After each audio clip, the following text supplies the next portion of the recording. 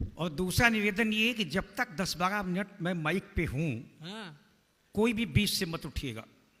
हमने देखा कभी पढ़ रहे हैं लोग बीच से उठ के चले जा रहे हैं, बैठ जाइए जैसे भाई।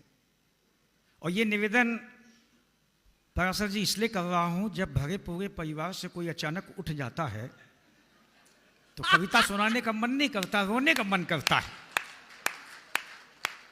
तो आइए सबसे पहले प्रातः स्मरणीय प्रतिभा के प्रदीप्त पांडित्य के अपार पारावार कविता कामिनी के कमल कांत हमारे सनातन के प्रतीक मर्यादा पुरुषोत्तम भगवान श्री राम जो आप सबके दिलों में विराजमान है, उनको मैं नतमस्तक होकर प्रणाम करता हूं। आपका आशीर्वाद मुझे मिले आगे से पीछे तक, एक बार ताली बजा के आदेश कर दीजिए। मर्यादा पुरुषोत्तम गोस्वामी तुलसीदास जी ने उन्हें मर्यादा पुरुषोत्तम कहा। अगर भगवान श्री राम सिर्फ हिंदुओं के होते तो मर्यादा हिंदुत्तम कहते, यानी कि किसी भी जाति धर्म और संप्रदाय के लोग अगर मर्यादा सीखना चाहते हैं तो भगवान श्री राम से वो सीख सकते हैं। एक छोटा सा पहले प्रसंग कर सकता हूं। मर्यादा की पराकाष्ठा, वनवास के तो शायद आप पहली बार इस बात को सुनेंगे।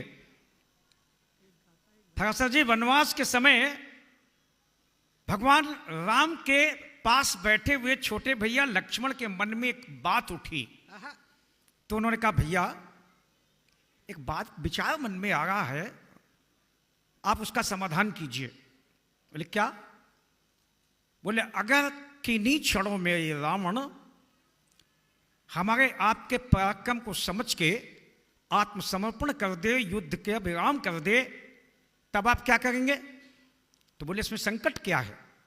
बोले संकट ये है कि आपने समुद्र के जल से विभीषण के मस्तक पर तिलक करके पूरे विश्व को यह संदेश दे दिया है कि आप विभीषण को राजा बनाना चाहते हैं, आप बनाएंगे। तब क्या करेंगे आप? अब मर्यादा की पराकाष्ठा देखना। भगवान राम ने छोटे भाई के कंधे पे हाथ रखा और मुस्कुराए, बोले लक्ष्मण तब मैं भरत से कहूंगा कि अयोध्या का राज छोड़ के विभीषण को दे दे, राजा बनाना है, विभीषण राजा बन जाएगा। मुझे मालूम है कि एक क्षण भी भरत देव नहीं लगाएंगे। ये है मर्यादा। क्या बात है भाई साहब, ये मर्यादा। मैं अनुभव की पंक्तियां पढ़ता हूं कि मन की सूनी स्लेट पर जब लिखा श्री राम, वाह, मन की सूनी स्लेट पर जब लिखा श्री राम, तब से ही बनने लगे अपने बिगड़े काम। वाह, तब से ही बनने लगे अपने बिगड़े काम। हमें आपको भगवान श्री राम मिल सकते हैं। कैसे मिल सकते हैं? अभ्यास का होना चाहिए। 2 पंक्तियों में पूरी बात कहता हूं कि भुजा भुजा लक्ष्मण बसे, भुजा भुजा भुजा भुजा लक्ष्मण बसे सेवा भाव, और भरत बसे हद धाम त्याग। अब सुनना, भुजा भुजा लक्ष्मण बसे, भरत बसे हद धाम, संकल्पों में पवन सुत, चाहे पहाड़ उखाड़ के लाना पड़े लेकिन सुबह तक बूटी पहुंचाऊंगा। वाह वाह वाह वाह, है कोई दुनिया में इससे बड़ा संकल्प? वाह, भुजा भुजा लक्ष्मण बसे, भरत बसे हद धाम, संकल्पों में पवन सुत, स्वयं मिलेंगे राम। आधी पंक्ति बदल देता हूं, आपकी तालियां बढ़ जाएंगी। एक उदाहरण देता हूं कि भुजा भुजा लक्ष्मण बसे, भरत बसे हद धाम, सबरी समझो भक्ति हो, स्वयं मिलेंगे राम। वाह, सबरी समझो भक्ति हो। बढ़िया भैया। लेकिन हमारे यशस्वी संचालक शशिकांत जी ने एक बहुत बड़ी बात कही। डॉक्टर साहब बहुत बढ़िया, बड़ा सवाल उठाया, भगवान के अस्तित्व पे भी सवाल उठाए गए। कहा गया इसके सबूत दीजिए कि भगवान राम अयोध्या में हुए हैं, और तो और लिखा पढ़ी में राम सेतु के खिलाफ सबूत मांगने न्यायालय तक पहुंच गए। तो मैं व्यंग का भी हूं, तब मैंने गुस्से में एक व्यंग कहा। माफ करना, जब गुस्से में कोई बात कही जाती है तो भाषा बिगड़ जाती है, लेकिन बात सच्ची हो तो फिर आप मुझे भरपूर समर्थन देना। मैंने अपने घर से उठाया, इसके सबूत दीजिए, उसके सबूत दीजिए, इसके सबूत दीजिए। तो मैंने एक व्यंग कहा, सुनिएगा। स्वागत स्वागत डॉक्टर साहब। मैंने कहा ये सबूत मांग, बात बात पर सबूत मांगने का चलन अपने दुष्परिणाम दिखाने लगा है। वाह इसका दुष्प्रभाव हमारे घर परिवार तक आने लगा है। उस दिन मैं दफ्तर से लौट के जैसे ही घर आया, बेटे को कंप्यूटर पर कुछ उल्टा सीधा करते पाया तो मैंने उसे हड़काया, ये क्या कर रहे हैं आप? मत भूलो तुम नहीं, मैं हूं तुम्हारा बाप। हाँ।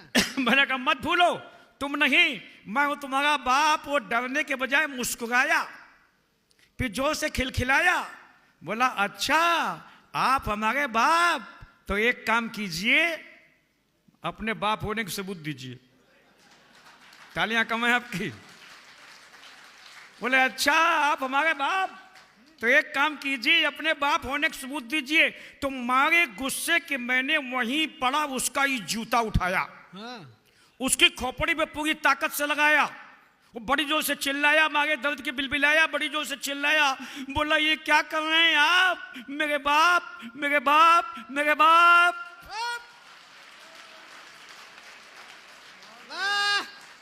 मैं खुश था, मैं खुश था, मेरे मन का कमल अपने आप खिल गया। मैं बहुत खुश था, एक ही जूते से सबूत मिल गया। वाह बढ़िया डॉक्टर साहब। ये आजकल के सोशल मीडिया के बच्चे कहां कहां से बात उठा के लाते हैं। इसी खानदान का एक व्यंग्य सुन लीजिए। तो उसका चरित्र सुधारने के लिए मैंने उसे 2 घंटे तक रामायण सुनाई। 2 घंटे तक। इसको क्या समझ में आई ये जानने के लिए मैंने पूछा, बेटे बता कि कुंभकर्ण 1 दिन जगता था, 6 महीने सोता था, ऐसा क्यों होता था? अब बेटे का जवाब सुनना, कहां से उठा के लाया वो। मैंने बता बेटा कि कुंभकर्ण 1 दिन जगता था, 6 महीने सोता था, ऐसा क्यों होता था? बेटा बोला बापा कुंभकर्ण बड़ा महान था, बाहर से राक्षस था, भीतर से इंसान था। बाहर से राक्षस था, भीतर से इंसान था। उसके 1 बहन थी, 2 भाई थे, सबके सब बदमाश, सबके सब हरजाई थे। बड़ा भाई रावण घमंडी इतना कि खुद को भगवान कहता था। छोटा भाई विभीषण हमेशा शत्रुओं के पक्ष में रहता था। और बहन शूर्पणखा दिन भर आवारा लड़कियों की तरह गली गली में डोलती थी, और जहां कहीं लक्ष्मण जैसा खूबसूरत नौजवान दिखता था, शादी करोगे, ये बोलती थी। अब सुनना, बेटा बोला पापा पूरे खानदान का तर्क देखना उसका, सुना बोला पूरे खानदान का चरित्र देखकर बेचारा कुंभकर्ण भीतर ही भीतर रोता था, ये सब कुछ न देखना पड़े, इसलिए 1 दिन जगता था, 6 महीने सोता था। इसलिए 1 दिन जगता था, 6 महीने सोता था। क्या बात है डॉक्टर साहब। लेकिन विसंगतियां हमारे समाज में भी आने लगी हैं। बहुत अभी अच्छी कविताएं हुई, बहुत बढ़िया कहा गया, घर परिवार सामाजिक संरचना और जोड़ने की बातें कही गई। लेकिन माफ करना, हमारे परिवारों में भी विसंगति आने लगी है। एक विसंगति पे उंगली रखता हूं, पहचान लेना, तो फिर अपील के तौर से 4 पंक्तियां पढ़ता हूं। इसके पहले 20 सेकंड की एक छोटी सी लोक कथा सुन लीजिए, आप उससे जुड़ जाएंगे। जो लोग मोबाइल देख रहे हैं वो सुन लें। एक विज्ञापन छपा अखबार में, भगत सिंह जी, एक विज्ञापन छपा अखबार में, कुत्ते का फोटो लिखा था, मेरा कुत्ता कहीं खो गया है, जिन सज्जन को मिले नीचे लिखी कोठी के पते पर पहुंचा दें, 20,000 रुपए इनाम दिया जाएगा। सुबह सुबह उनके पास फोन पहुंचा, बोले आपका कुत्ता खो गया? बोले जी। फोटो छापी? बोले जी। कोठी का पता दिया? बोले जी। पहुंचाने पे 20,000 इनाम? बोले जी। आप कौन बोल रहे हैं, कहां से बोल रहे हैं? तो वो सज्जन बोले कि मैं इस शहर के वृद्धाश्रम से बोल रहा हूं, वो कुत्ता पता नहीं क्या सूंघते सूंघते हमारे वृद्धाश्रम में आ गया है, और आपकी मां के साथ 3 घंटे से खेल रहा है, आप चाहें तो ले जाएं, इनाम देने की कोई जरूरत नहीं। अगली बात और संवेदनशील है, आपकी तालियां हुए उठेंगी। बोले आप ले जाएं, कोई इनाम देने की जरूरत नहीं है। बोले दोस्त सच बात तो ये है कि 3 महीने पहले आप अपनी बुजुर्ग मां को हमारे वृद्धाश्रम में छोड़ गए थे, तब से ये पहला मौका है कि इस कुत्ते के आने के बाद उससे मिलने पर मां 3 महीने में पहली बार मुस्कुराई है, उसके चेहरे पर चमक आई है, और उसने आज भरपेट रोटी खाई है। वाह जब हम बुजुर्गों को बोझ समझ के वृद्धाश्रम भेजने लगे और कुत्ते के खोने का विज्ञापन देने लगे तो